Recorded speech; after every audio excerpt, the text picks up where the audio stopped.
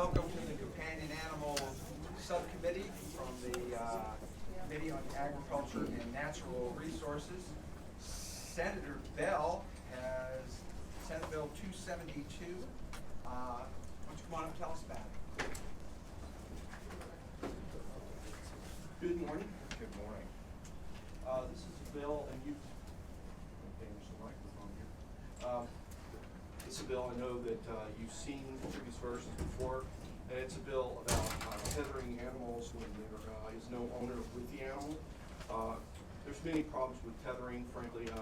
My wife and I are involved with animal rescue. I give my wife a lot more credit than I do, but we've seen many animals who've been tethered, unattended, and frankly, if it's below 32 degrees or above 85 degrees, this is a particularly harsh environment for an animal that's tethered. The tether can become tangled. We've had animals unchained who've frozen to death in extreme cold before, and we've also had issues with animals suffering from dehydration. If the water's frozen, the animal sure can't drink. Even animals that are good with the cold. The same thing with being heat. Many animals good cold aren't good heat.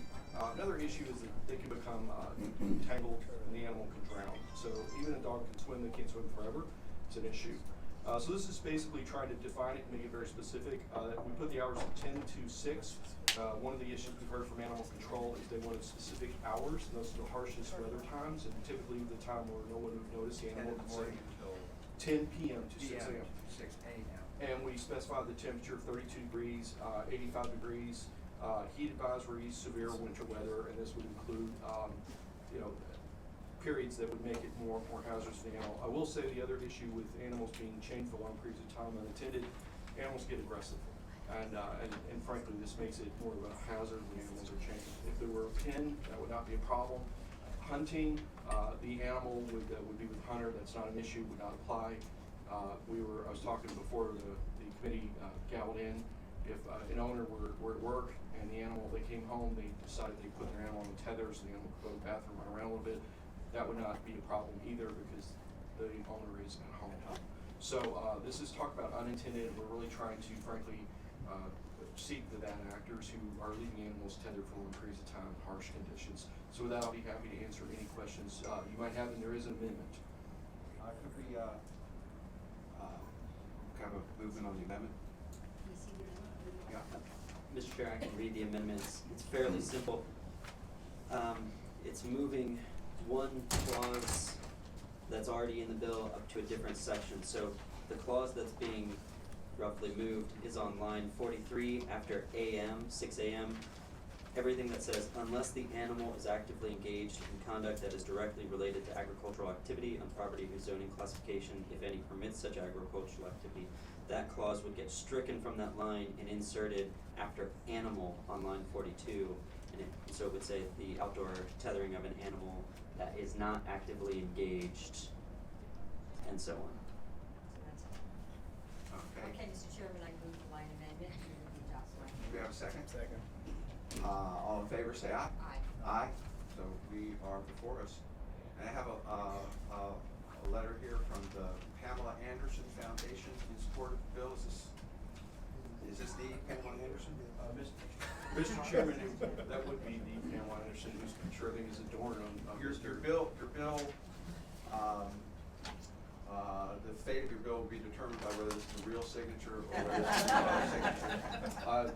This bill, we are naming it the Holly Berry bill, who's an animal that was tethered and saved.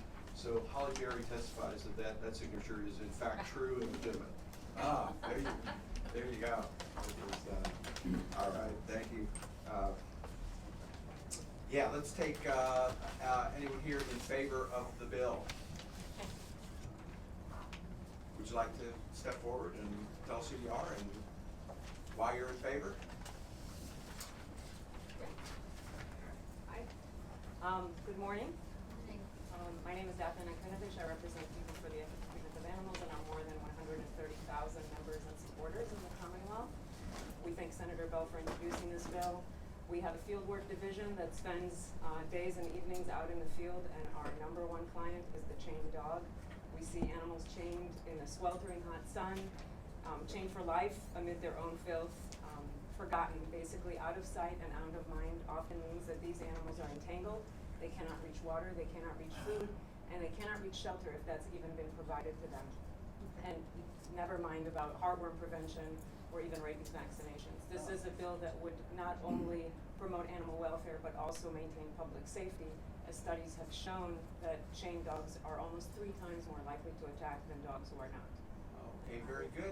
And if anybody has, if you could just tell us your organization, or who you are, what organization you represent, and if you have anything different to say or to add, do that, but otherwise, she covered a good bit of it. I'm Paulette Dean. I'm the director of the Danville Area Humane Society, court-appointed humane investigator, and a board member of the Virginia Alliance for Animal Shelters. I just wanted to say that Danville has a tethering ordinance and have had since July 1st, 2010 that closely resembles this. And we have had great success. There have been no problems enforcing it. I would say that our calls dealing with chained dogs has gone down by 90%. Good to hear. Thank you. James McLaughlin, Executive Director of Pennsylvania Pet Center, and we strongly approve and ask that this go forward. I'm Molly Armas. I'm the Virginia State Director for the Humane Society of the United States, and we also strongly support this bill. Okay, great.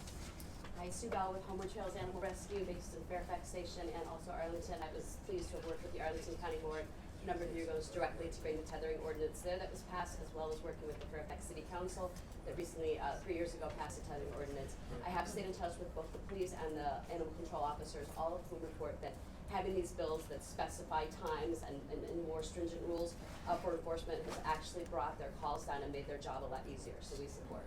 Okay, great. Holly Hazard with Humane Dominion, and we are in strong support of this. Great. Lionel Honest Sproul. rule, how to support this bill. Yeah, all right. Lionel, what is the change in this bill from, you've been a champion on this issue for years. What is the, This bill is better because we had to make a lot of concessions last time to get it out. So what he did, those things that we tried to do in my bill is in this bill to make it much better. all right, good job. And thank you, Senator Sproul, for the work you did on this. You did it under harsher conditions. So, at any rate, Senator Bell, anybody in opposition to the bill? Good afternoon or good morning. I'm kind of lose track of the day. My name is Alice Harrington. I'm with the Virginia Federation of Dog Clubs and Breeders. We're an organization that's been around since 1971. We are affiliated with AKC. This is our point paper, just to make sure you all have it, and I'll give you one too, Senator. I appreciate your passion and caring about animals. Everything you talked about that happens to animals is already illegal. It's already in the code that animals can't be left out in the heat or cold without proper care. They have to have access to water. It's all in the code. Is it specified the temperatures? In a time. No, it does not, but there are reasons why we don't do that.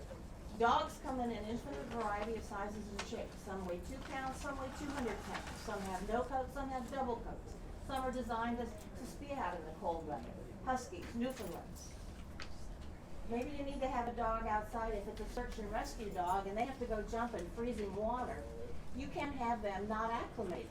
They may need to be tethered out at night. Just because the dog is tethered doesn't mean it's neglected. What you're seeing with all these things, and nobody wants any dog neglected for whatever reason. But what you're seeing are neglected dogs who happen to be tethered, not tethering causing all of this grief and anxiety. So would it be better to put a dog in a crate for 14 hours a day? Would it be better to have the dog in the fenced enclosure? Well, that works if you don't have an escape artist.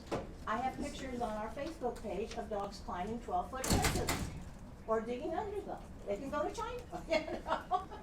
It's not a one-size-fits-all. That's what we're here to say. That, when you start really ratcheting down all these little specifics, 2 years ago, the Attorney General's office was confronted with lots of phone calls because we had a really bad cold spell. And she was getting a lot of phone calls about, oh my gosh, all these dogs are out. And she issued a memo at that time that said, look, here is the law. Here is what you do. Here is what you cite. This is what you can do. Go do your job. She didn't issue a memo that said, oh my gosh, the law is inadequate. She didn't do that. Well, that is, her job is to enforce the law, not to suggest changes on the fly, and let people know that the Well, laws. but Senator, she had grounds to say, this is what the law you cite, this is how you go do it. I have the memo, I can show it to you. Anyway, I'm just saying, we all want animals well cared for, we all want them taken care of. It's not gonna be accomplished just by banning tethering. And that's what this bill will do. This will ban tether. Senator Favola. This is for general counsel. As I'm reading lines 43 through 47, and we have A, B, C, and D. I'm reading them to mean there would be ors between each one, because you've got one of those. Mr. Chair, that's correct, they are ors. We made a number of changes to the House version last night. So I don't know if you wanna take into consideration what has happened to that bill. I'm presuming these will eventually get married up going down the path. Yeah, that's correct. We don't really deal with things that are, coming out of the House at this point. I know. We'll deal with the bill as it is. Mr. Chairman, at the appropriate time, I'd like to close. Yeah, certainly. And, very good. It is certainly a problem. I certainly understand how at times it could be appropriate, and that, yes, there are differences in dogs, but I think the intent of the bill appears to be to establish a baseline of care for animals that we could, all agree on as to whether there would be, once we get a law in place, I'm thinking that it might be appropriate that you come in another year and say, this is a rescue dog that requires conditioning to the outdoors and what have you for this specific purpose and what have you, and we can write that in. But I think this is a baseline, because we're there is no such thing, I understand, as an average dog, but there's also real inability to differentiate between all these different potential things, which once you establish a baseline, then you can come in Well, and write your exceptions. I would just suggest, Senator, that you have your baseline. It's in the existing law. Well, It's under adequate space, adequate shelter, adequate water, it's all there. We have really good dog laws in Virginia, we really do. Okay, thank you very much for your Thank you. testimony. Senator Bell. Did you have something you wanted to ask me, Senator? No. Oh, okay. Mr. Chairman, first, I'd like to say that, while I respect the comments that, the lady made for the Virginia Federation, they didn't bother to come by my office and express any of those prior to today. And, frankly, I don't think, I would have been more receptive if you wouldn't have tried to just ambush me here at the committee. We've heard some of these before, and frankly, the issue is, making sure that animals aren't tethered. And frankly, if we look at, some animals are good in cold weather, but they can't drink water once it's frozen. And those same That's already animals may not be illegal. good in hot weather. And I think this is about making sure that we do the right thing. And no animal that gets the tether gets tangled and they drown in the flood is going to survive. So I think this moves us to a much better direction. Certainly, I'm willing to work with people as we go forward, but I think this is a good bill, and the code does not address the time, it does not address the temperatures, and many animal control enforcement officers have had trouble because those things weren't specified. And Thank you. I think these kinds of very, very complex issues are best taken care of by establishing a baseline, and then the exceptions can be dealt with. When you try to deal with putting in all the exceptions up front, sometimes they turn into not so important, and you spend a lot of time on them. But certainly this committee in the future, if we have it next year, would entertain anything that would make sense for altering this and creating some exemptions or exceptions, based on breed, size, whatever. But at this time, I think the bill is in pretty good shape. Any questions from any of the? Mr. Chairman, I do appreciate all the comments that have been made, but on balance, I think this moves us forward and is more of a positive than a hindrance, so I move that we report the bill. Do we have a second? I'll second that. All in favor, say aye. Aye. Aye. Okay, it is It is the bill will be recommended to the full committee, and it is. All right. By the way, I thank Senator Sproul as well. 'Cause I know he's been working this for many years. He's a champ. There we go. He's also next, although he's last on the list, he's number one in our hearts. Senator Lionel Sproul, Senate Bill 1030, dangerous captive animals exhibit penalty. Tell me we do not have alligator petting zoos. Okay.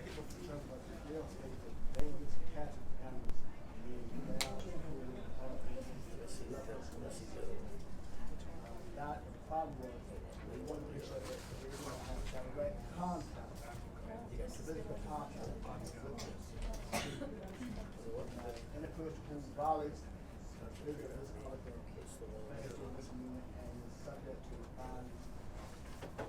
And another group here was concerned that I do not want to harm. I understand that they've been doing this for years and years and years, and they Can have. you turn the one- mic on so we can hear him?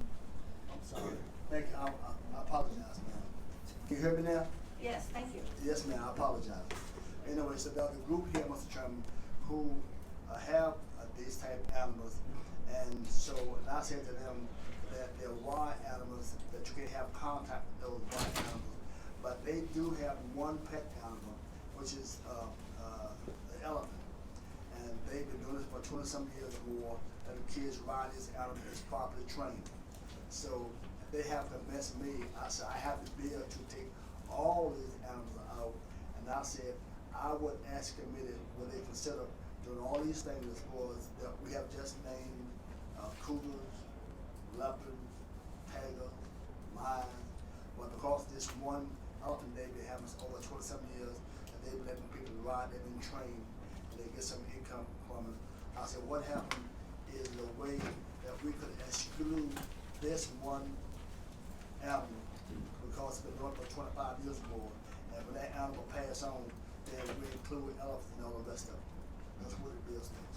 Okay, so that is undoubtedly Asha Yes. from the Natural Bridge Zoo, Yes, sir. of whom we get many complaints about It's Asha's. not the Bridge Group. What's the name of the group? Yes, sir. Natural Bridge Zoo. So it's so weird. So I asked them that I would be meeting with the committee would to just that one animal because that's the way they let kids ride on the go for 20-some years. All the rest of them, I say, these animals, no way. And when that animal is demise would happen, then that would take care of that, and then no animal at all. Okay, questions from the committee? So you're saying, Mr. Chairman and Senator Sproul, you're saying any elephant in the Commonwealth, not just at Natural Bridge, because I have a zoo in my district as well, it's Creation Kingdom, and they may at one point have an elephant that they want to offer rides to as well, so it would be any elephant. Yes, sir, but this not authorized. This animal, the elephant, they've been riding for 20-some years or more. They've Right. been already trained, so I was trying to say, I understand they understand about the other tag and all, we understand, but this one they're probably trained by them, they've been riding them. And I said, well, I would try to throw a bone to the committee. I understand what the bill does, it doesn't say that. Yeah. I'm just trying to get the committee to offer that once this particular animal passes, that's it. I'm just trying to figure out a way that how we can change the bill to get it a bone. Yeah, So so, to speak. you know, it would be very unusual to put into the code one specific, I mean, this would have to be a statewide elephant I got you. exclusion. Mr. Chairman, that was the question, could Yes. we just strike elephant from dangerous captive animal? Mr. Chairman, I don't want to do that because they are dangerous animals. But I'm just trying to figure out whether this particular one. So I we don't have do that. I have a question. Senator Pavone. So, 3.2-6595, direct contact with dangerous captive animals. Right. I don't know if I'd consider an elephant to be dangerous, but, what do you do? Can we carve this out for animals that may be in petting zoos or to get to Well, Senator Pillian's point, I mean, This is, do you know what I mean? If an elephant has been used in the past for well, there, rides. you know, there have been incidents, from my understanding, and we'll probably hear some testimony in a moment, where elephants in circuses and what have you have, gotten enraged and, gone on stampedes, and just by their, their very size and nature can be very, very dangerous. They don't bite or the usual kinds of things that you worry about, or somebody's gonna claw someone. It's just, they get angry. They're very intelligent animals, is my understanding, and, they can get perturbed. And to do that, I don't know how age affects them, whether they can become more cantankerous as they get older, or whether there are more problems as younger. That's above my pay grade here, but we'll hear some testimony in a moment. But let's hold off on that and hear from folks out there in the audience who are in favor of this bill, or at least the favor of the concept. I'm in favor of the bill, I was just trying to do a bump. I don't want my bill, I want my bill Then passed. we may be able to help you. Yes. Good morning, Mr. Chair, members of the subcommittee. My name is Molly Armis, and I'm the Virginia State Director for the Humane Society of the United States. Thank you for hearing this bill today and for the opportunity to provide comments in support of 1030. In addition to the HSUS, the Virginia Zoo, which is an AZA accredited zoo, supports this bill. The Virginia Animal Control Association supports this bill. And as you can see, there's a line of other Virginia-based organizations that do support this bill. There have been numerous dangerous incidents involving bears, big cats, elephants, and primates with exhibitors that both reside in Virginia as well as those that come in and tour in Virginia. And so Senate bill would prohibit public contact with these species. It has no impact on possession. It has no impact on people coming to see these animals at the zoo. It simply eliminates public contact to protect both animal welfare and public safety, as is done at professionally run zoos. We did an undercover investigation of one such operation that involved close encounters with tiger cubs at Natural Bridge Zoo over several months. We collected extensive documentation on the mistreatment of these cubs, who were used for photo ops for the public. The cubs were pulled from their mother at birth. Cubs normally live with their mother in the wild until sexual maturity, which is about 2.5 to 3 years old. They were hand-raised, fed a nutritionally deficient diet. Their lives revolved around these photo ops. When how much they ate, they were babies, they were exhausted, they couldn't get rest.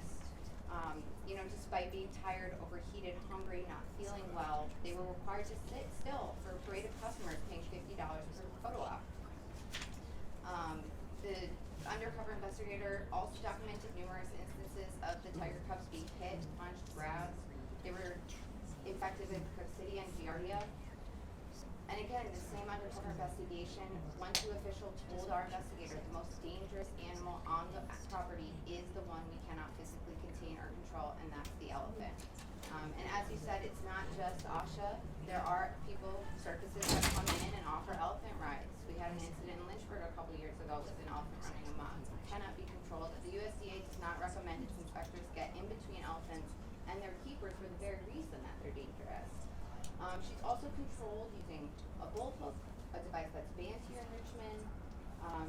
It also, I think, one other point I just want to make is that studies have shown that these type of exhibitions actually undermine legitimate conservation efforts. Studies have shown that when people hold cubs or ride elephants, A, they're less likely to think of them as endangered or threatened, and B, they're more likely to think that this is something that they themselves can have as a pet. So we really highly recommend, again, this is not about banning possession or being able to go to the zoo and see it.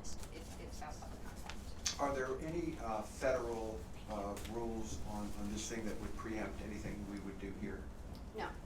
This is not like a USDA, and I have a better expert, but there's no USDA regulations around this type of activity. Oh, okay. Thank you very much, Molly. Next. Thank you.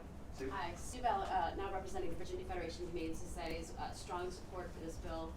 It's time that we take a stance on businesses who are making money on the backs of animals in its right place. That's what this is about. This isn't necessarily caring about the animals, it's making money off of them. Would there be any problem taking a picture with a wild animal if there was a barrier between the folks who were or Well, that's permitted now, so I think we're talking about direct contact, direct contact? whether we believe these exact animals should be kept in these types of zoos is a whole other issue. With regards to ASHA, I will say here that absolutely oppose that exception. If we were here talking about, children in an orphanage who have not been receiving adequate care, would we say to that orphanage, okay, we're gonna raise the level of care for your children, but we're gonna let this one child who's been abused for 15 years remain because that child's been allowed to be abused for 15 years? We wouldn't, and that's how I see the situation with ASHA. No exceptions. Yeah, Thank you. and would you say that it is a fair statement to make, Sue, that there is sort of an evolving sense of what constitutes abusive or dangerous treatment that may not have existed 50 years ago, 40 years ago? Absolutely. I mean, national, international studies will show that the most progressive and humane organizations in the world will not allow elephants, for example, to be kept in certain captive conditions, and they certainly are not being able to be permitted to be ridden. There's numerous studies out there showing that these animals are incredibly sensitive, and they absolutely do pose a danger. These are wild animals, humongous wild animals. So ASHA needs to be included in this, and we need to stop the exploitation of these animals, especially Okay. elephants who are so Okay, intelligent. thank you. Thank you. Yes? Hi, my name is Rachel Matthews, and I'm here on behalf of PETA and its 130,000 members and supporters here in Virginia. And of course, we support this bill as it's written. A few years ago, there was a woman who was trying to get a selfie with an elephant at a roadside zoo when the 6.5-ton animal reached his trunk out and grabbed her and crushed her against the bars of his enclosure. This woman had skin ripped from her body, and she ended up spending months in the hospital recovering from broken bones and damage to multiple internal organs. And this is not a The unique... elephant reached through a fence? Yes, through a fence. She was trying to get a selfie with him, so she was right up close to it. Senator Page? That could happen. I mean, that wasn't a direct contact. That's not related to this bill, right? No, what this is illustrating Yeah. is how powerful and strong elephants are, and that's not a unique story. There are dozens of human deaths and hundreds of injuries that have happened to humans from dangerous contact with dangerous captive animals.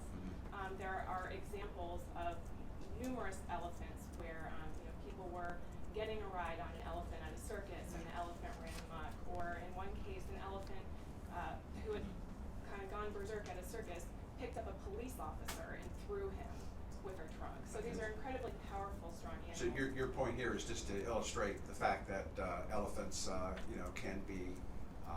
can be dangerous, but elephants in a circus parade or elephants reaching through a fence is not addressed in this bill.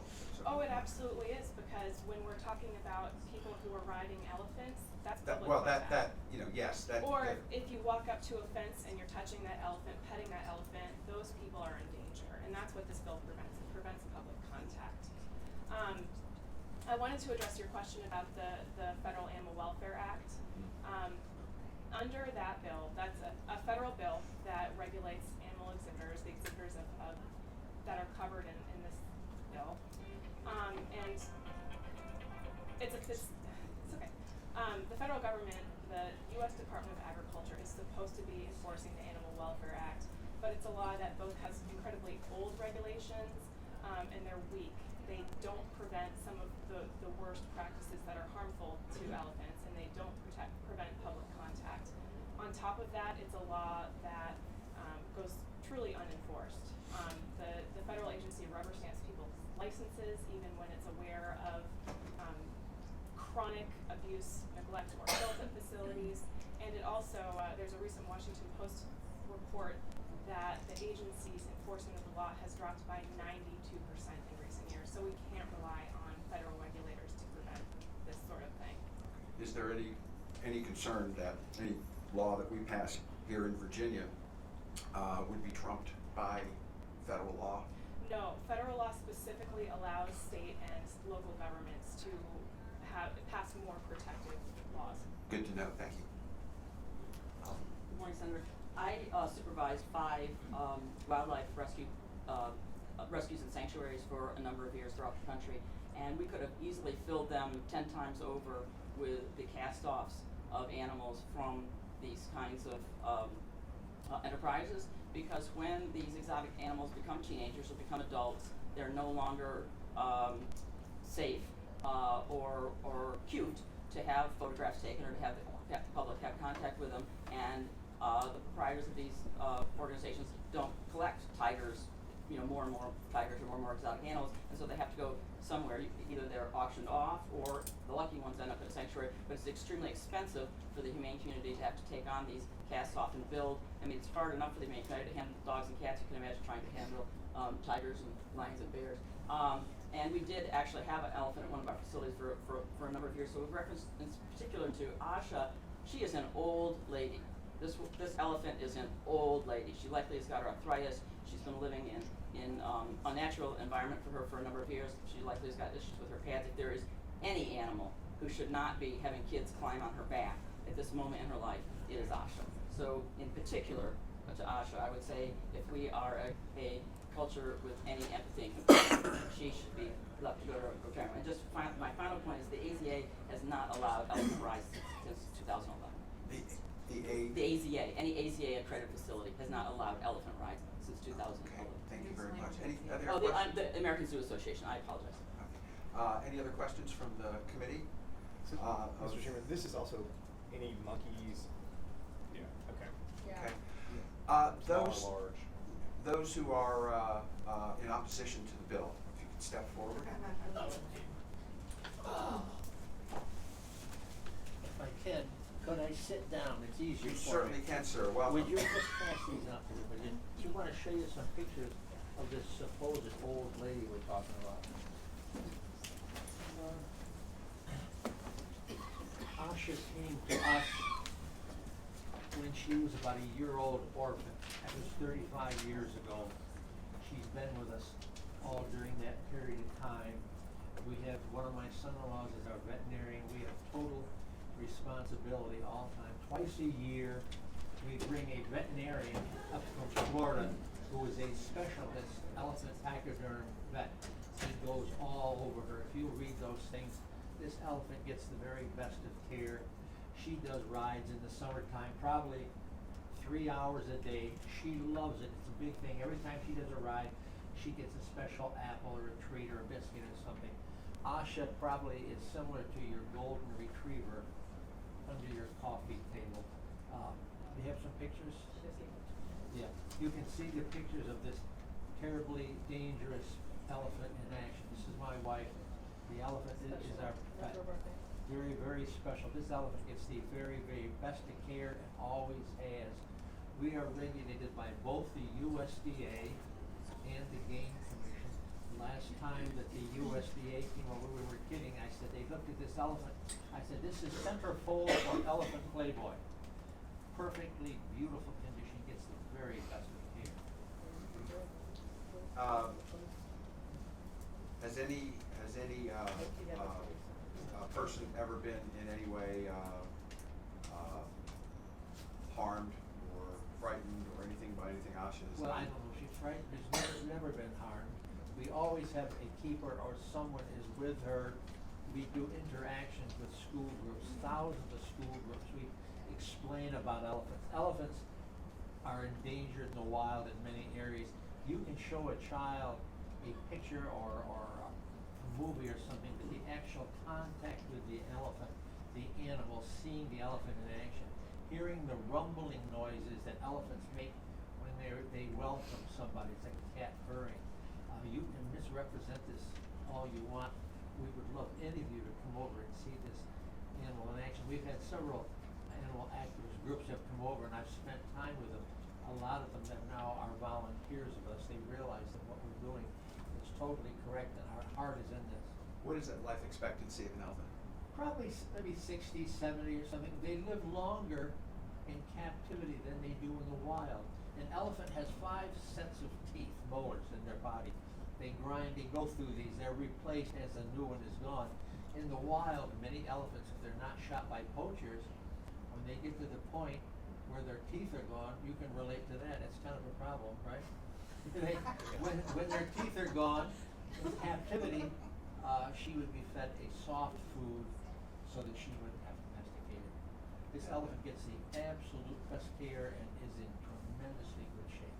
Okay, and elephants, from what I understand though, are, I don't know what the proper term is, herd animals. They like Yeah, other right. animals They're- around them. They stick in. Absolutely, they're social, so are horses. You'll keep one. How many of you have one dog? Dogs are gregarious, they're very social. You fulfill that thing. This elephant, if you can see those pictures, this elephant, we have dogs that are with her all the time. She loves her dogs. One of us is with her. She came here as a year-old baby. She didn't have a chance to learn all the social structure of an elephant. We are her family. Thank you very much. Okay. My name is Shirley Next. Johnson. My name is Shirley Johnson, and I own and operate Leesburg Animal Park. Prior to being at Leesburg, we operated a park in Reston, and we had an elephant there for about 15 years. Again, similar situation. She was out of a culling operation, an orphaned elephant that was brought into the country. We raised her at the park. She interacted with the public for 15 years very safely. We did petting and feeding sessions with her. We did a show there called Elephant Aerobics, where we talked about the physical stimulation and mental stimulation elephants require. And the whole idea of doing rides is you're helping to provide that mental and physical stimulation for them. We used to do log stacking demonstrations with her and show how they would clear the forest, teak forests in Thailand. So, you know, it's, they require that sort of physical stimulation. So, and again, I think you can have an animal rights ideology that you want to remove animals and people altogether, but I think we know that they provide a lot of pleasure in our lives, all animals do. Thank you very much. Thank you. Next. I'm Beth Edwards, and I'm just a pet owner, and I'm affiliated with one of the animal parks, and I oppose this bill strongly. Okay, thank you. Yes, my name is Heidi Krosky, and I'm here to speak on behalf of the Virginia Animal Owners Alliance. We are opposed to this bill, especially in its current form. The big thing that we're worried about is that it's targeting one specific animal, the only elephant in Virginia. This is a very discriminatory bill as it currently is written. The other thing we are worried about is how it will affect OSHA. So one thing that all these people are not talking about is that OSHA for over 30 years has interacted with the public. Now, I'm also manager of another zoo down in Fort Chiswell. We have animals that were seasonal, and we have camels that when we close in the winter, the camels get depressed. They love the public. So if you take Asha, who has been used to people for 30 years, and you isolate her, that elephant will become depressed. And I would ask any of these people to please consider that, because this elephant is she's very engaged with the public, she enjoys the public, and if you suddenly isolate her, she will become depressed. I would ask you all to consider that. Thank you. Thank you. Hi, Alice Harrington. I'm not a dog person, but I want to bring up some issues about fairness and equity under the law. What's more dangerous than a dog? Who's been bitten by a dog? Who's been mauled by a dog? Who's been killed by a dog? We have many, many examples of that. We are not blanketly categorizing every dog as dangerous. This is the most flagrant example of breed-specific legislation I've seen in ages. In 3.2/6540 of our code, that's the dangerous dog code, we have pages of law about what it takes to label a dog dangerous. And specifically, paragraph G says, no canine or canine crossbreed shall be found to be a dangerous dog solely because of its particular breed. That's what we're doing in this bill. We're labeling everything, regardless of their behavior, regardless of what's happened, dangerous. Aren't we though, we're looking here at commercial purposes of There's nothing commercial in that, Senator, Well, that I see. They're well, just we're- saying we're labeling captive animals dangerous in this It said- category of animals. It said, is it lawful for any keeper to provide? It's the or first offer paragraph, to sir. provide It's the to any first paragraph. individual for free or for a cost direct contact with a dangerous captive animal? Dogs just are not defined at by. No, sir. The first paragraph of the bill Dangerous captive means any bear. defines them as dangerous. And they've included elephants in there. That's just a blanket categorization of animal as dangerous. Yeah. Horses, have you ever ridden a horse? I've been stepped on, bitten, thrown, kicked. As Senator Pillion points out, Senator, why don't you? The title of it says exhibits, so it does have a commercial tone to it. I understand your point. But that definition will be carried through other things, okay? And it is just blatantly unfair to do that to these people. And not only that, these are captive animals. It implies that they're tamed. Would it make some sense, do you think, to insert the word exhibit somewhere in the actual language of the bill, perhaps? What are you trying to achieve? Under 3.26595, it is unlawful for any keeper to provide or offer to provide to any individual for free or for a cost direct contact with a dangerous captive animal. Now, it refers to exhibits, and so that would mean if I had a license to keep an elephant at home, that I couldn't, this bill would say I couldn't have somebody over, even for free, and take a picture with my animal. So if we included exhibits here, which is really, I think, the intent of the bill. But I want to get the bill out. My point being this, I was trying to save some of this old one. My point being, if necessary, let's get the bill out as it is. Okay. Why would you want to use the word exhibit? Well, it is the title of this, and what this would indicate here is that anybody who, for whatever reason, had a wild animal, they wouldn't be able to. Yeah, they would staff. These aren't wild animals, they're domesticated. Elephants have been used for years. All right, thank you. It's staff's interpretation of the bill. It's not, exhibit's not listed anywhere in code. Okay. Just to be clear, they come up with titles for our bills. Sometimes they're very creative. Mr. Chairman, I'm gonna set up my bill as it is. And that is with, and you were requesting an exception for. I'm set up my bill as it is. If the table looked out, I want the bill because I want to make sure that everybody's safe. I'm not trying to save, but we're trying to include all the people to it. Would you consider a delayed enactment clause? So, the reason, Mr. Chairman, okay, the reason I ask this is that it will have an immediate impact. And for organizations or zoos, I think they need to plan some transition for the elephants they may be using. They may have to find another home. So I don't think we want an immediate. Your bill as written would not create an exception for That's fine. this element. Okay. So the bill, the bill as it is in, what she is saying doesn't make sense that you do that. It should. I'm saying delayed enactment because if in fact we were to pass this, it would take effect July 1. Am I correct, staff? It would take effect July 1 this year. So organizations would have no time to come up with a new home for an elephant, to be able to transition in some kind of meaningful way. So we have to have, I think we have to have a Are you delayed suggesting enactment. a delayed enactment to January 1 or a full year of I delayed don't think she would, I mean, like, the elephants live there, so they're still being able to be used, to be seen by the public. I don't Yes. think they'd need like a new, Yeah, we- necessarily, right? Yeah, we understand that. I don't know, is that? She lives there. It is, Fair enough, but I still think a delayed enactment may Delay anyway, I would just say by a year. Okay. You good with that, Senator Spruill? Is that a friendly amendment? Could you offer the amendment, Senator Yes, Revolta? I move that there be a delayed enactment until July 2021, July 1, 2021. I'll second that amendment. Okay, all in favor of the amendment, say aye. Aye. Opposed? There's nobody here to oppose that.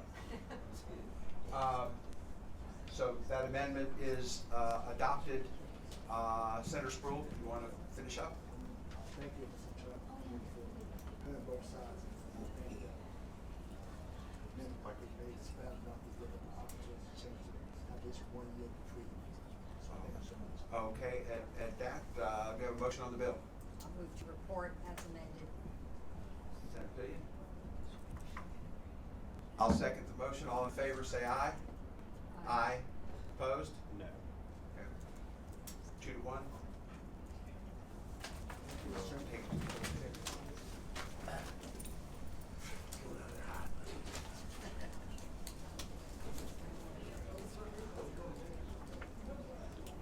Senator Stanley. Senator. Come on up here. I just want you to know that when one of the people who were testifying as you were entering the room, just as you came into view, they were saying the words "run amok," and I just made that. Here you are. And here you are. That was my nickname in high school.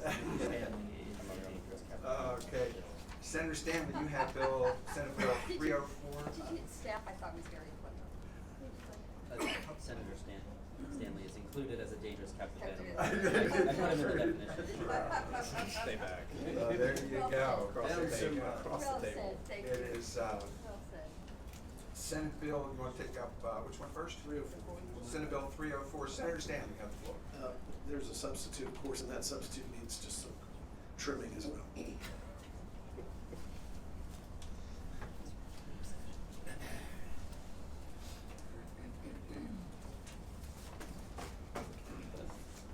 See if anybody wants to, got some extras.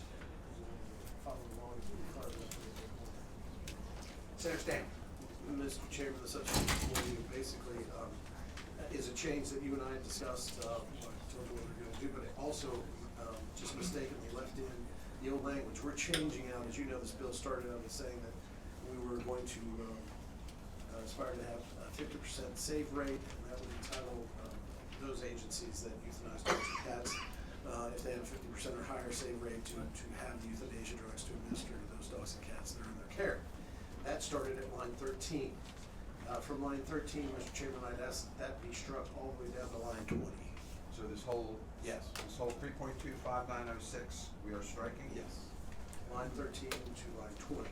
Then, Mr. Chairman, because this amendment referenced language in 13 to line 20, when you go to line 80, go to line 86, that would be on page 3, 4, page 4. And where it says on line 86 under,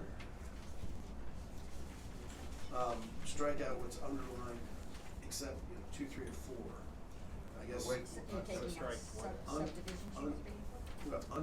Unstrike subdivisions that was there previously. Subdivisions? Yes. So we're putting the plural back in. Yes, unless you think that's bad. Mr. Chair, that's merely a technical change that.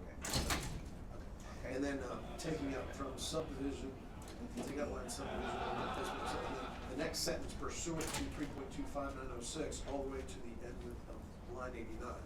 That should be struck as well. So you're taking out your added language? Yes. And then on line 207.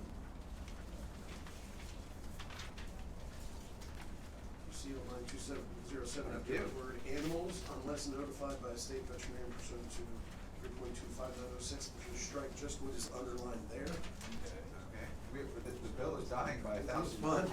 cuts. Is there anything? I smell no opposition right You there. just want us to write the bill, is that what No, you're no, doing? the new bill then the substitute as amended, if you accept the amendments that we're doing together, which just really feels like a collective group thing that I'm enjoying very much. Can be found on line 58. So that's all that is left of the Yes, changes. that's all that's left. And this is new. This is not something we've contemplated. Okay. Okay, Mr. Chairman, let me move is this an amendment in the nature of a substitute? Substitute. Substitute, okay. I move the amendment to the nature of a substitute, that, As amended. as amended. Second. All in favor, say aye. Aye. We're good. Now, we're basically dealing with lines 58 through 61. Senator Stanley. That's great. And Mr. Chairman, you and I had these discussions, and also, and I appreciate very much the discussions that we've had with regard to this. And also, I want those that are here today to understand that I listened to what exactly they were saying, and you know, and I unabashedly would love at some day for our state to be a no-kill state. But I understand what those 7 or 8 agencies were going through. We talked about that some people were turning them in. Owners were turning these animals, dogs and cats in, asking that they be euthanized for age, illness, or other reasons. And so what this basically does is just has the animal shelter file, because they file these statistics anyway with the state veterinarian board, a copy of its intake policy, the number of animals upon which euthanasia procedure was performed at the request of the animal's owner, and 3, of such number, the number of animals the public animal shelter presented to a licensed veterinarian prior to euthanasia. That way we are going to have statistics that may justify exactly why they're below the 50% rate of safe.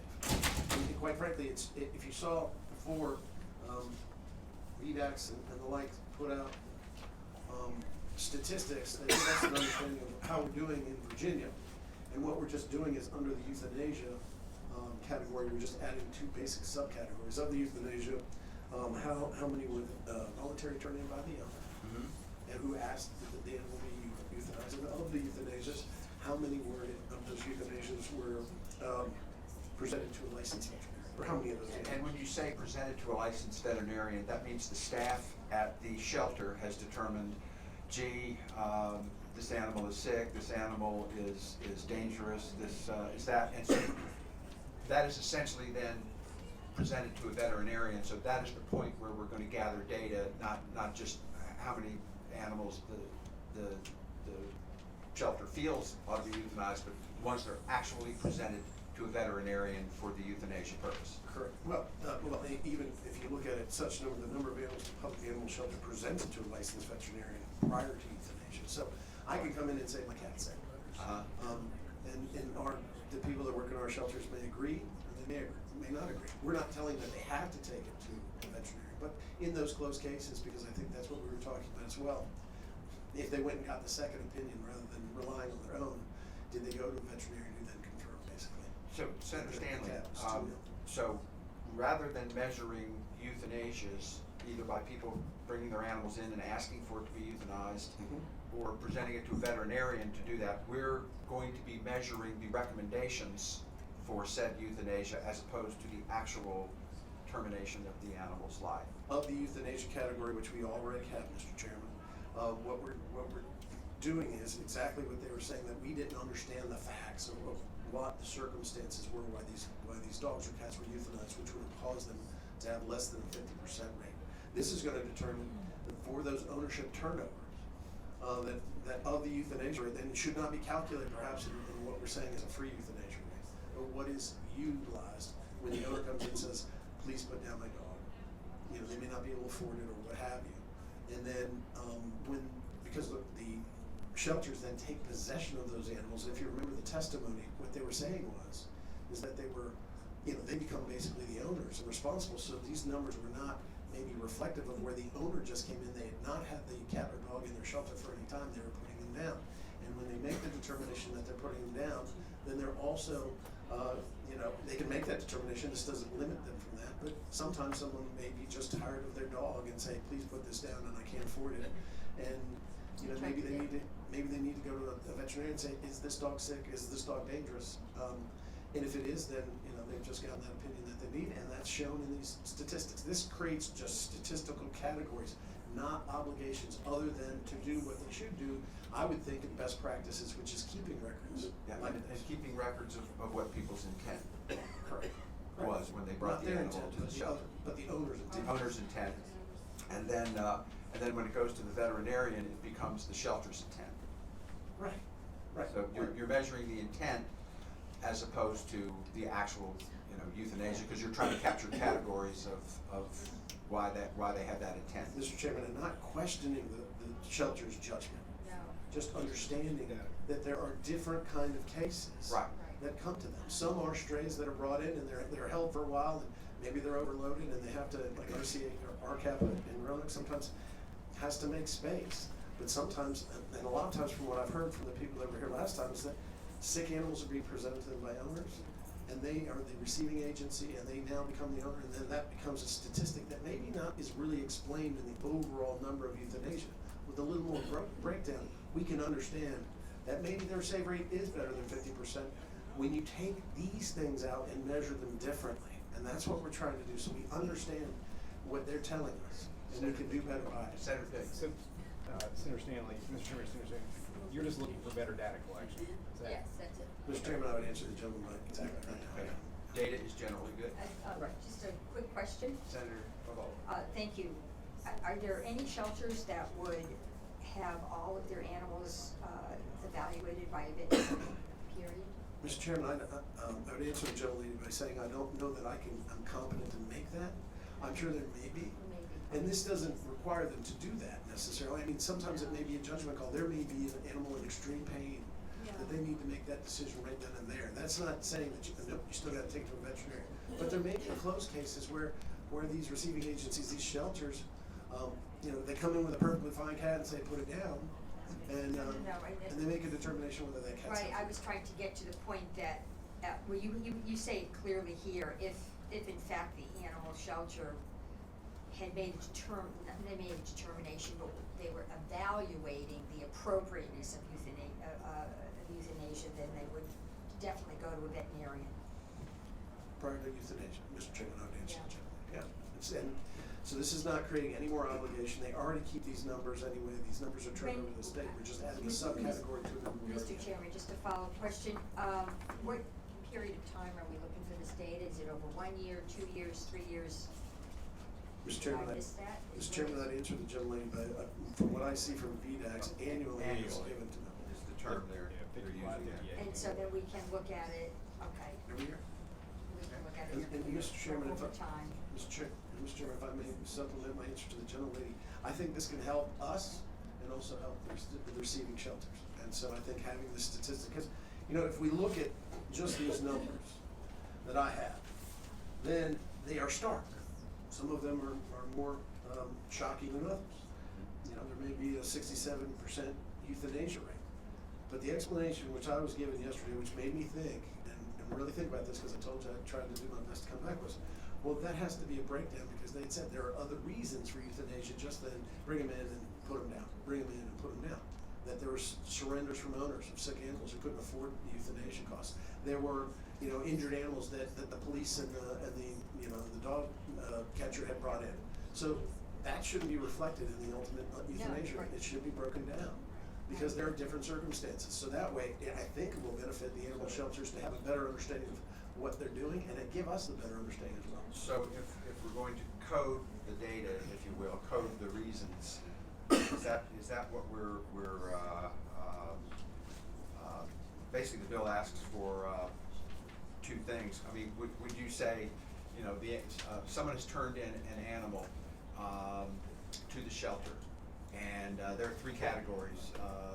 They want to put down a healthy animal, they want to put down a sick animal, they want to put down a dangerous animal. Would that be the kind of data we'd be collecting here, or just the fact that they wanted to put the animal down? Mr. Chairman, I'd answer you by saying that's even subcategories that I think we're not at. What this basically says is when there is an act of euthanasia, and we have those numbers every year and what the percentages are. But there seems to be, and I'm only dividing them into 2 things. One is to say, if it was an owner surrender, which really skews their numbers, they have the animal for what, a half an hour, and it's a really sick animal, then they have the right to make that decision, but we should have that kind of carved out. Secondarily, if it's a close call or someone just presenting and saying, put down my animal, well, did you then refer that animal or have the veterinarian see it prior to euthanasia? That's all we're trying to do. That sounds fairly straightforward. So, Mr. Chairman, I can see a future bill breaking this category down. After we get this data, let's see what happens. It would be interesting data to know the sick, dangerous, or healthy, but we're tired of it. So. And Mr. Chairman, to answer the gentlelady by saying we collect this data already without the subcategory annually. What we're really trying to do, and I hope Mr. Chairman understands, because we talked and worked on this on other issues, that I took to heart exactly what was said to me last week, saying I mean no harm to the shelters that are trying and doing their best. I think it's for us important to have this euthanasia rate broken down a little bit better, and this is. And it's fairly simple. It doesn't ask for too many categorizations. It's just basically. Mr. Chairman, it would not require another employee. It would not require any more work, except understanding that when the euthanasia occurs, those 2 categories. Put this animal, if it's euthanasia, put it in column A or column B. Correct. And report those numbers. Thank Yes, you. sir. Anyone here in favor of the bill would like to speak? Okay, we have some data fans here. So I'll just remind you folks, that I am, with the Virginia Federation of Humane Societies. We're 61 years old. We're public shelters, we're private shelters. And I shared with you when I spoke to you last time that we declared a goal in 2016 that we would bring this state to at least a 90% save rate. We were using 2015 data then. The save rate in 2015 was 81%. We only have 2018 data right now because the deadline hasn't passed for all data to be submitted. But in 2018, we got to 88%. We got there because we studied data. The Petco Foundation helped us. Best Friends helped us. We scrutinized this data, and we have put our resources where the need was greatest. It was largely in Southwest Virginia, and many of the animals then got moved to Northern Virginia. When there is a hoarding case, we're there. When there's over 100 animals in Little Russell County Shelter, we are there. When a shelter is overpopulated, we are there. We love this bill because it gives us another data point. We believe that this will help us track where the need is, because in some shelters, an owner-requested euthanasia animal could be saved if the shelter had resources. Perhaps they need help in terms of support. That's what we do. That's what we'd like to do. We think this bill is a great substitute. We support it, and we hope that you will too. So, the way this works, suppose an owner brought an animal in, and it was easily repairable, the injury to the animal, then that's going to be done. The animal would require expensive chemotherapy for a cancer condition. Shelter's probably not going to go down that road. So, okay, I get it. And we have a private shelter director here who can speak well to Very that. good. Thank you. Hi, Sue Comer Trails again. I do want to speak to that. We're a private shelter. Our support in Virginia is largely focused specifically on the public and the public-private shelters throughout Virginia. Those shelters who take in animals who do have treatable illnesses or injuries but perhaps cannot afford to treat them. We then take those animals on. You're going to hear, I think, from opposition today from two groups here in this room, PETA and the Danville Area Humane Society. Those two organizations are in the top 5 highest euthanizing shelters in Virginia. They are saying that a large reason for the euthanasia is due to owner-requested euthanasias. That may or may not be true. We're saying, great, if that is the case, tell us that. Let us see that data and those statistics. And let a veterinarian say to you that those animals definitely need to be put down. If you are taking in that large number of owner-requested euthanasias and you cannot afford them, then groups like mine will happily step up and we will take those animals when we can to give them the life-saving outcomes that they can. So without knowing this data, groups like mine cannot offer our assistance where it's needed to save more lives. Gotcha. Thanks. James McLaughlin, Pennsylvania Pet Center. This bill is a great step forward for helping us with that data. I can tell you as a county intake shelter, regularly see people that tell us, oh, Sparky needs to be put down, I need to surrender him. And the most common thing is they're 10 plus and they think, oh, I'm done with him, he's old. There's nothing wrong with that dog. Many, many times the owner is giving us that input. We get our own assessment, and every single euthanasia decision, I consult with my supervising vet and get recommendations from her. This is a reasonable thing. This data, if I come across an animal that's beyond my means, other groups and rescues are out there. I've transferred to Richmond SPCA, for example, where they have the medical facilities and ability, and that animal ends up getting saved instead of just quickly, okay, done, and moving on. Okay, very good. Thank you very much. Yeah, just deal with the data point here. Hi, Susan. Hi, Susan Lamy with the Virginia Dog Army. Just wanted to remind the committee again that we support this bill largely because there are such huge numbers of animals in the system. Companion animals, I testified last week, we have over 245,000 animals in the system in private and public shelters in 2018. It suggests we've got a large problem. And this is one thing that could help us work at one of the many solutions we need.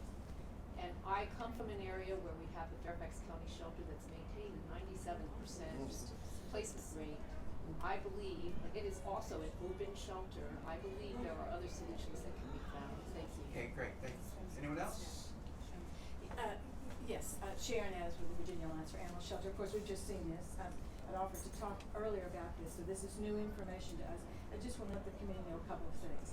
We went down this road a few years ago trying to asking VDACS if we could better define the euthanasia decisions that were being made. We were advised at that time by the Board of Veterinary Medicine that to use the term owner requests euthanasia was inappropriate because it is a veterinary service, and that's not what shelters do. So what we would consider, and I say we've just seen this, what we would consider is if we could substitute the word consent, and I think Susan's gonna speak to this as well. Request. Request, I beg your pardon, substitute for the word request, the word notice. Was performed at the. Yes. And again, this is. At the time of notice. Yeah. Of the animal's owner. Before the notice of animal's owner. Of the animal's owner, notice to the animal's owner. And again, this is simply historical experience with this particular issue. So is it just you're just asking for a straight word swap? We're asking Is that for understanding? a word other than request. Mr. Chairman, so I'm guessing she's speaking to line 59, I'm on line 59, where it says, performed at the request of, which a euthanasia procedure was performed at the request of the animal's owner. with the notice to, With the notice to.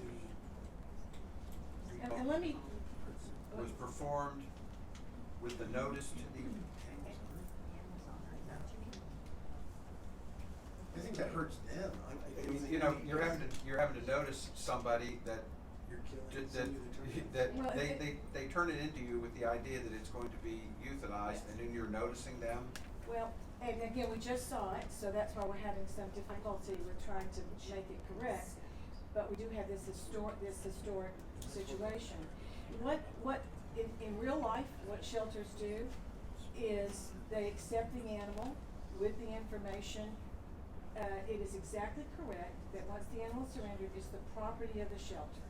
At which point the shelter makes the decision whether euthanasia is appropriate or treatment is appropriate or some sort of retraining is appropriate with the purpose for adoption.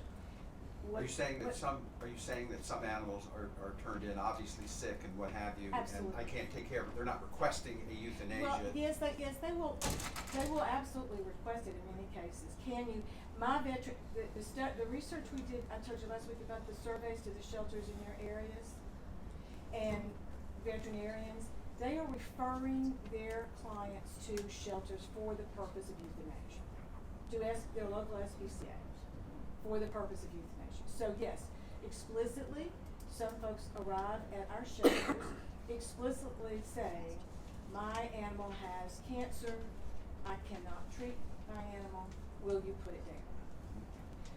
You will also have people who will come who will say, my animal is an 11-year-old hound with tumors and cataracts, and I can't take care of it, I'm not sure what's gonna happen. You think you can adopt it? Most folks will say it's gonna be difficult.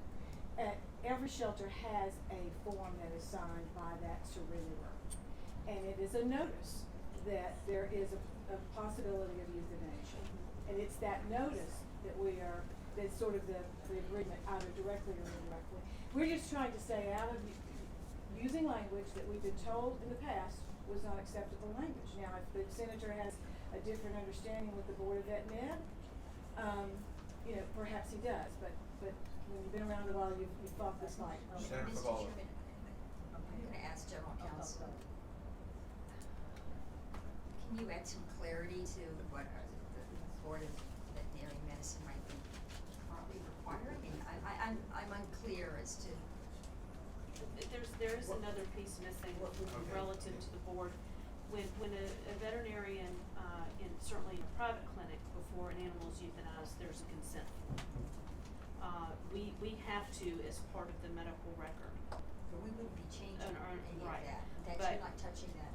No, so one of the suggestions might be that somewhere in here, as far as the way we, if you're taking this to the vet on record of the shelter or private veterinarian, there is the consent piece, so rather than at the request of, because you don't just go in and say, please put Fido down, there's an actual consent So you want to that say is some signed receipt and of the given. consent form, is that what you're looking for? Well, it's- That's a piece of it. Then we're talking about public shelters. Public shelters, by and large, there are some exceptions, but public shelters have, as I said, a surrender form where notice is given to anyone surrendering that animal, that property, to ownership of the shelter. That includes, that euthanasia is a possibility. So, and they generally sign it. We're just. So there's consent in private, in public And situations. should I just say one more So, thing? and I'll- Senator Stanley. Mr. Chairman, signing a form, basically that I understand from the testimony that I'm just hearing right now, says euthanasia is a possibility. We're trying to drill down on when the request was actually made by the owner. I mean, they're saying, hey, they signed a form. Well, every dog and cat, it sounds like, signs a form in a public shelter when they come in, and basically they take ownership of it and they can do whatever they want with it. All right. What we're trying to do is break this down. Mr. Chairman, just, Senator I'd like Pavlik. to, thank you, I would like to ask the patron a question and then maybe have general counsel comment. I was having a side conversation here with our drafter. So, I don't know if this helps or hurts, but go to line 59, and after the number of animals on which a euthanasia procedure was performed with an accompanying consent form, At the request of. at the request of the animal's owner with an accompanying consent form. Yeah, just And the then consent form. seems that to be- might clarify what's, They sign it when they surrender the animal. right. Senator Stanley, is that a friendly amendment? I think it's a friendly amendment, we already do it. I think the request would be measured. Has never offered a hostile amendment as long as I've served with her. Ultimately, what we're trying to drive at is, again, the data points, not, this is open. We're trying to get some information so we can determine if we're doing a good job or not. So, Not trying to hide the And ball. we agree with the intent, we're giving you to ensure your data is absolutely clear and based on fact, having the consent form is another piece of information. We are not opposed to this idea, but we don't, if we pass this, we don't want the Board of Veterinary coming back in 6 months saying to shelters, you cannot have owner requested euthanasia to provide you the data that you want. Right. That's what we're trying to do. Mr. Chairman, I move my amendment, would you ask staff to read it, and then maybe we can adopt it? Okay. Mr. Chair, if I understand correctly, it would just after owner on line 60, add the phrase, and with an accompanying consent form.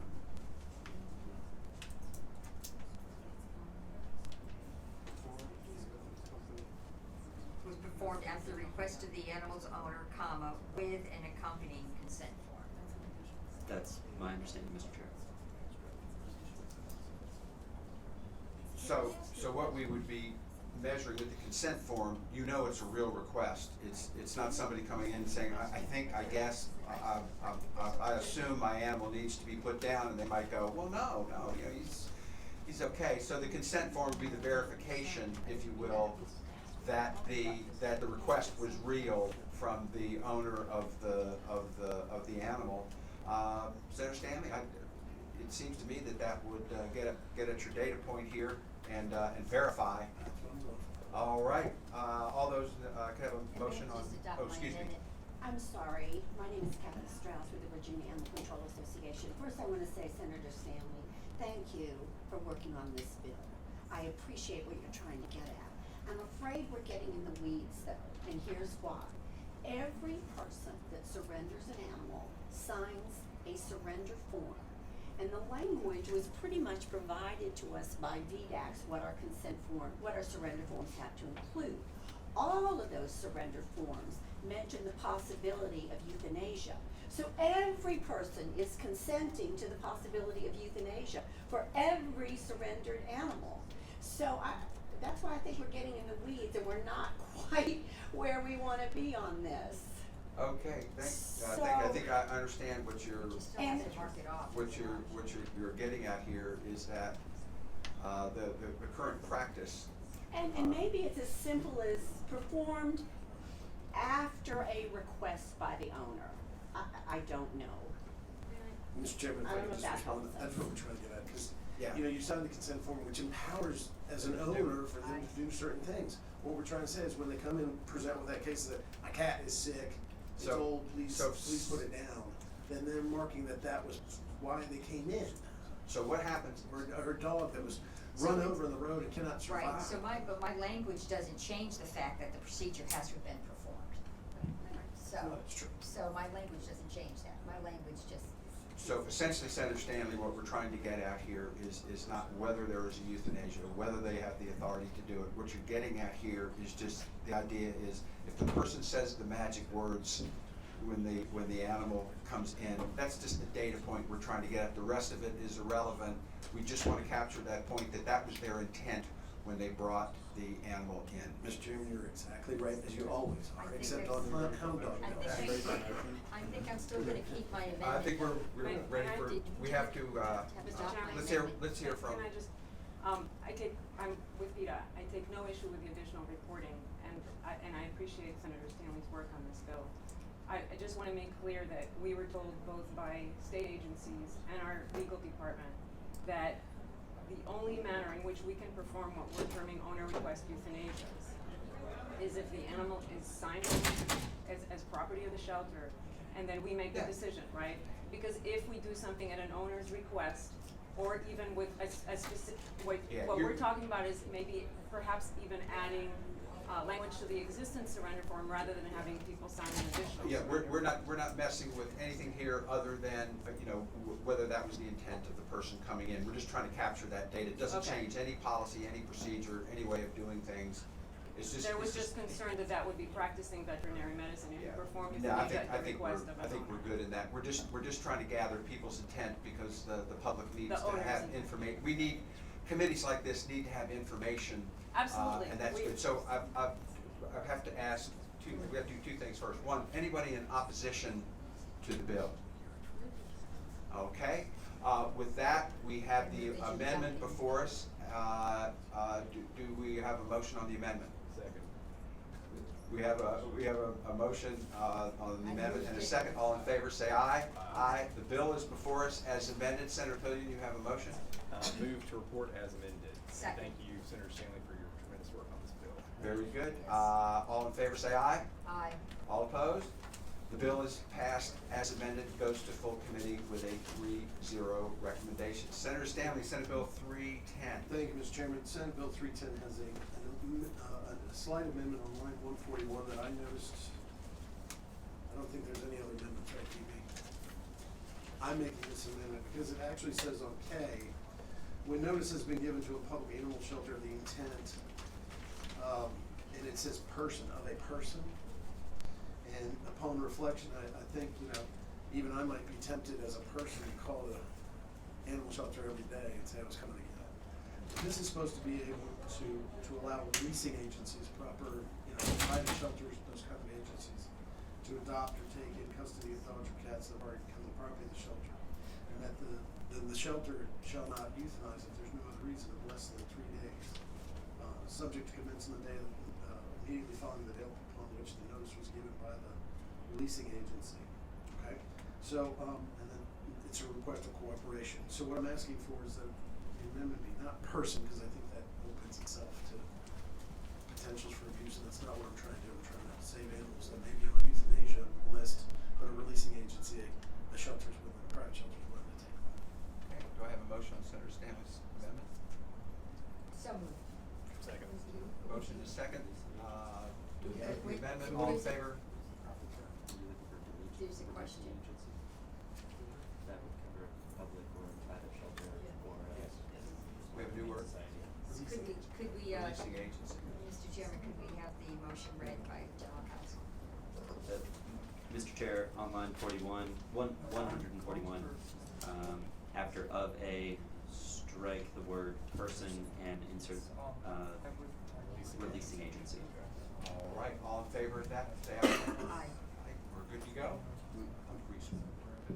It's releasing agency. Okay. Senator Stanley. Mr. Chairman, you are somebody I enjoy very much. Mr. Chairman, this is actually kind of this is something I've seen and it's become an issue, and here's why. There was a dog in my district that had a beautiful young female mixed dog that had gone to the neighbor's yard and killed one of the chickens. And so therefore, the dog was taken to the pound. I heard about the dog, her name was Molly. I called the pound up and said, and I was a person of the releasing agency, and I said, I'll take the dog, I have a farm, 60 acres, she'll be fine, we have no chickens. Before I could get to the dog, they euthanized it. A beautiful, beautiful, loving dog. And what I'm trying to do is that, we understand that the burdens, especially in Dr. Pillion's area, in my area, that there is sometimes a higher number, higher burden. And in order to make space, sometimes we just euthanize those animals. And what I'm saying is if there is legitimately a releasing agency that says, no, we'll take it, we'll take responsibility for it, we'll knock it out, and relieving them of that burden. It's not going to happen to every dog in their shelter, but if that occurs, then they should be given the chance at life. And so therefore, this just merely allows a releasing agency to come to the fore and say, don't put down that dog, like I said about Molly. And as long as they come within a limited period of time, not repeated requests, not just to keep somebody on the hook, and if they do it, then they can come and get that dog, and that dog will not be euthanized for the time period between the request and the pickup. If that releasing agency, after making the request, doesn't pick up the dog, then the shelter is not bound to keep that dog alive. It can take whatever steps after that. Would that also be a hunting hound caught eating a chicken? Mr. Chairman, I would answer you by saying, surprisingly, one of the problems that I see, honestly, and that's why we've had these discussions, is that a lot of hunters that have hunting dogs, when the dog loses their value, that they release them or put them in shelters. My wife and I have made it a habit, ever since adopting Tanner, from taking old senior hound dogs who have never lived inside on a couch and giving them an indoor warmth and having an 8-year-old hug on them and love them. It takes them a while to get used to it, but it makes their last years, as we have enjoyed these dogs, some of the best ever, and we should give them that chance. So I'm with you on that part. Okay. I like this bill, I'm ready to move All right. forward. We have a motion to report? Oh, excuse me, we have to, We didn't take we comment, didn't we take, just- comments here. So, Everybody we loves have, this. everybody in favor of the bill? Just say aye. Raise your hand. Anyone in, I'm opposed, would you like to hear the yes, we floor want to first? hear from, those opposed. Sharon out of Virginia Alliance for Animal Shelters, again, we've just seen this change, it certainly is an improvement. I've heard the story about, Senator Stanley's case, and it's extremely sad, I don't know what the other side was. I will tell you that 50,000 plus animals were transferred in 2018 to releasing agencies, 50,000 animals. And I know of no evidence, and again, I'm gonna be protective of shelters, of a shelter that would have a request from a releasing agency about an animal in their shelter and not hold the animal for 3 days. The bill does not do, however, what the senator said, it doesn't prohibit repeat calls. Repeat. He just indicated that you hold it for 1 3-day period, and if it doesn't work out, then you're good to go. The bill doesn't say that.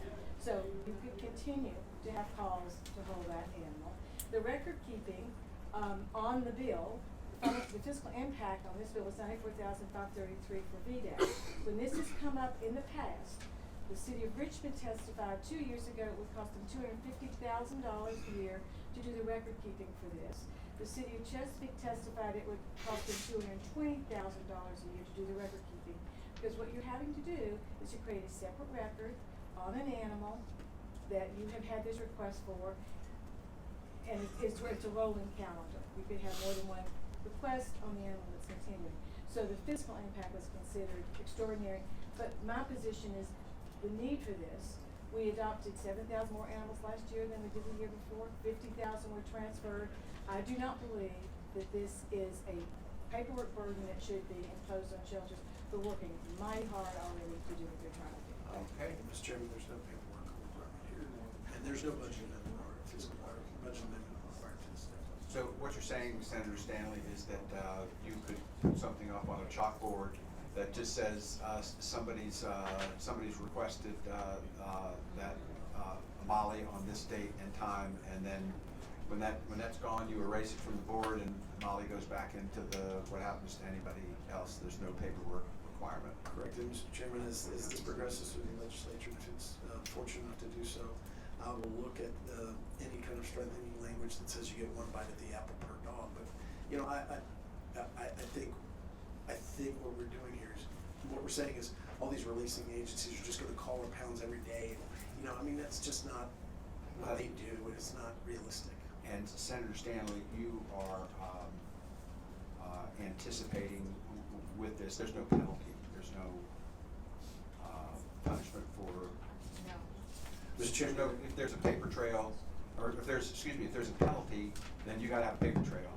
If it's just a best management practice that we're putting into the code here, then people can meet that obligation any way they want, up to and including keeping it in their head in a small shelter that the animal's been asked for, and they need to know that they need to, and because the animal might be sick. Well, and Mr. Chairman, I'd answer you by saying that even in the language of 148 and 149 says nothing, this doesn't apply to any shelter that has reason to believe that has a serious injured animal on its hand, or seriously injured a human, or the euthanasia could occur because of subsections E or G, which are already in our code, which is critically ill, critically injured, unweaned for humane purposes.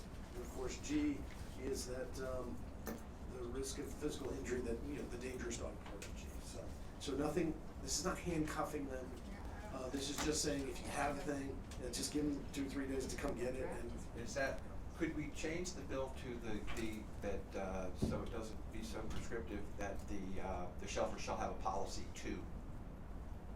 And then that way they can work it out. Mr. Chairman, I'm not adverse to that. Look, I'm not trying to, as I said, handcuff them in policy. Sometimes they can adopt their own way. I don't think this limits them to make.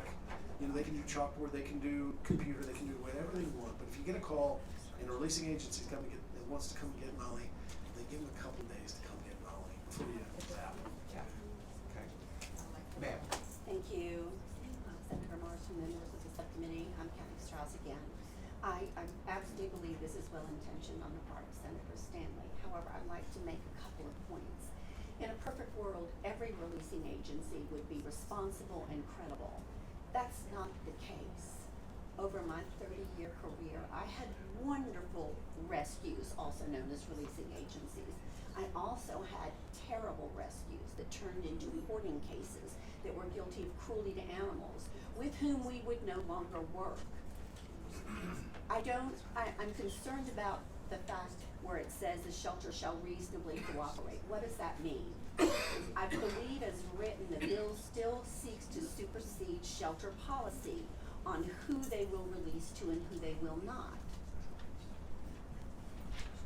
It also prohibits a shelter from making a decision not to release an animal back into the community that has seriously killed or injured other companion animals.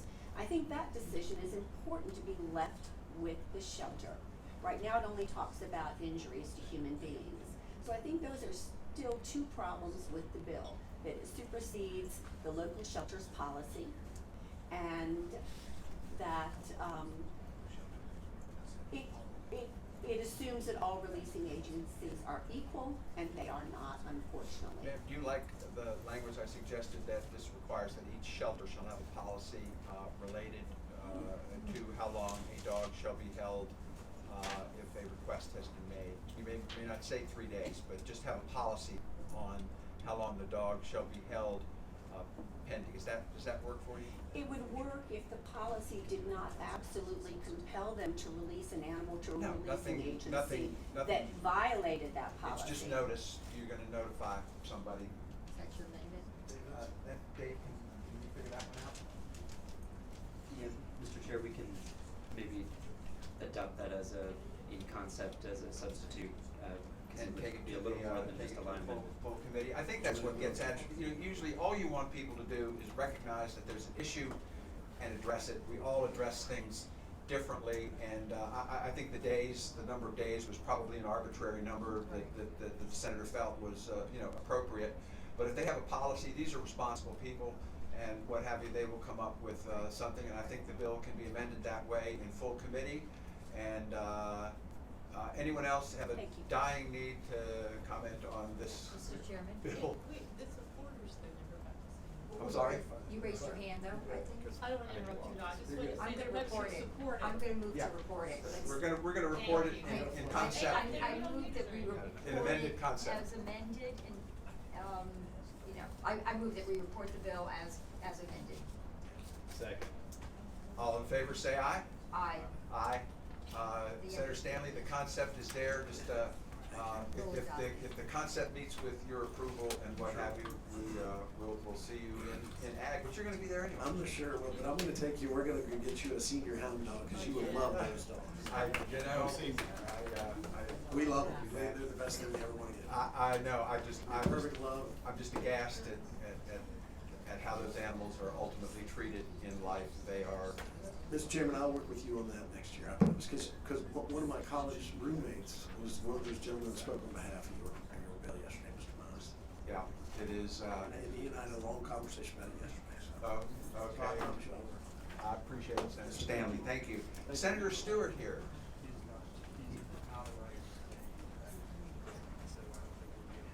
Okay, we will, do we have another meeting scheduled for this sub, or it would be after ag, so Senator Stewart's bill would be referred to committee with no recommendation.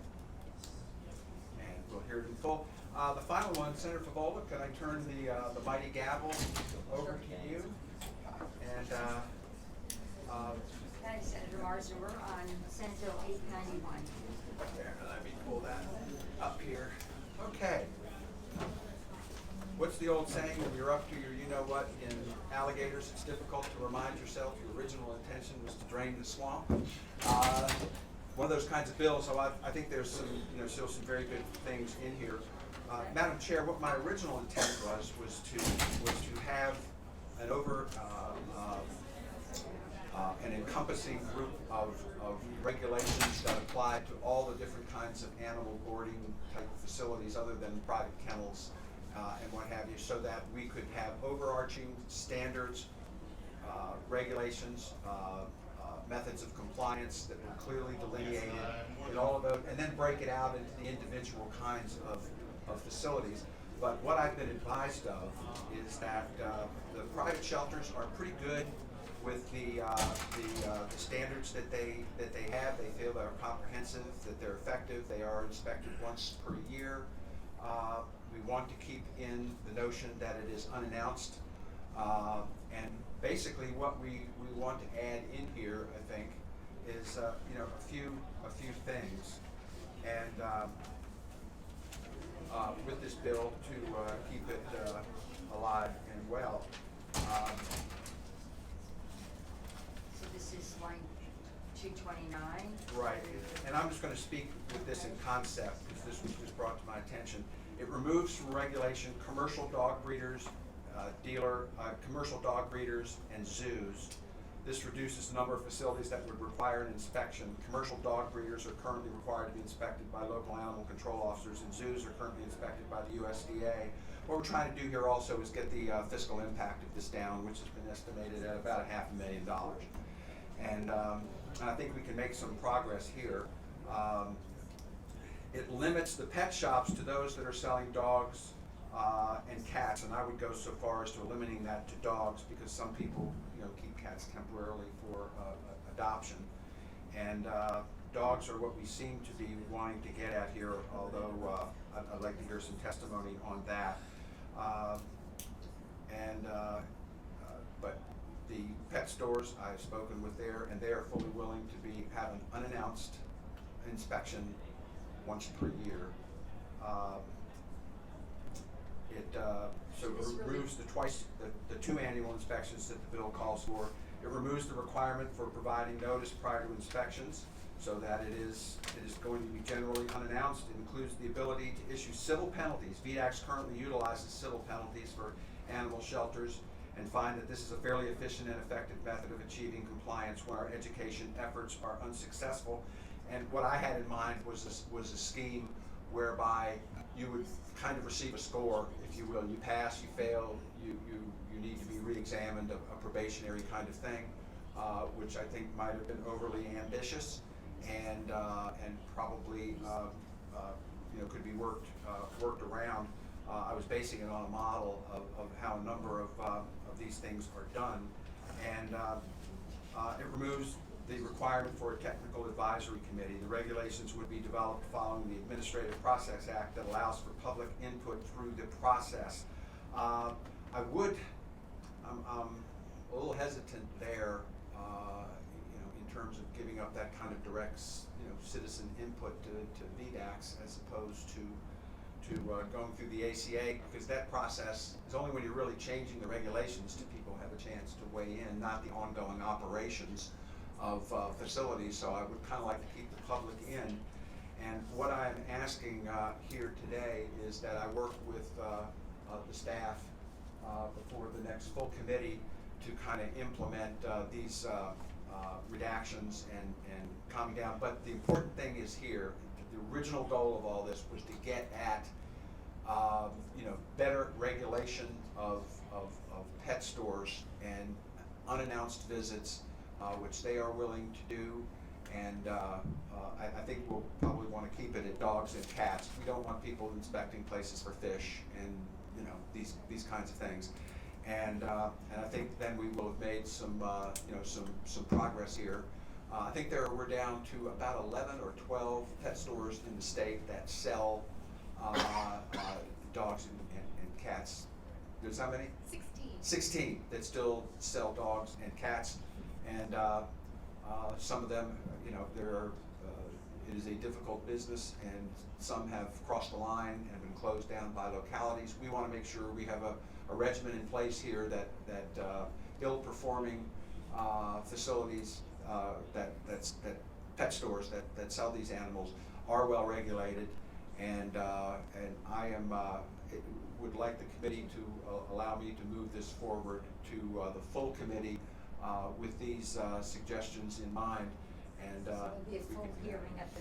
would be a full hearing at the thing, because we're making so many changes and what have you. I don't want to spend everybody's time wordsmithing it here. We'll get this, we'll get this out before a full committee and make sure that we get to see that. But the original intent here was getting at pet stores, but I felt it was unfair not to regulate everyone else. We wanted to rate everyone else about the same way, and apparently that can be done and is being done in most cases.